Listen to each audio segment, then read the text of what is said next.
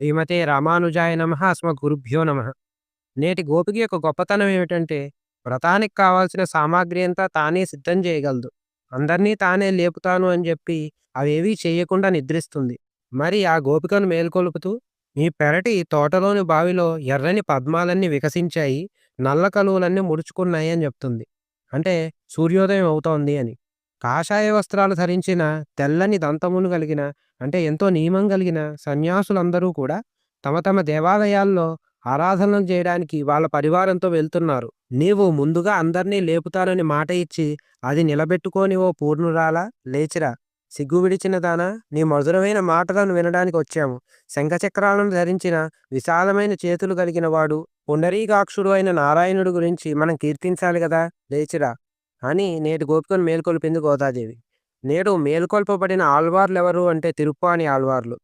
నేటి గోపికకు చెప్పిన నంగాయి అంటే పూర్ణత్వము కలిగినది అని. వీరి పూర్ణత్వాన్ని సాక్షాత్తు రంగనాథుడే లోకానికి తెలియపరిచే విధంగా ఆళ్వారుల్ని లోకసారంగులని అర్చకుల భుజములపై తీసుకురమ్మని ఆజ్ఞాపించాడు.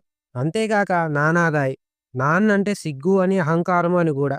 వీరికి ఎటువంటి అహంకారము లేదు కనుక నానాదాయ్ అనే సంబోధన వీరికే తగినది. కావున నేటి గోపికా రూపంలో మేల్కొల్పబడినది తిరుప్పాన్ ఆళ్వార్లు. ఆండాళ్ దివ్య తిరువడిగలే శరణం.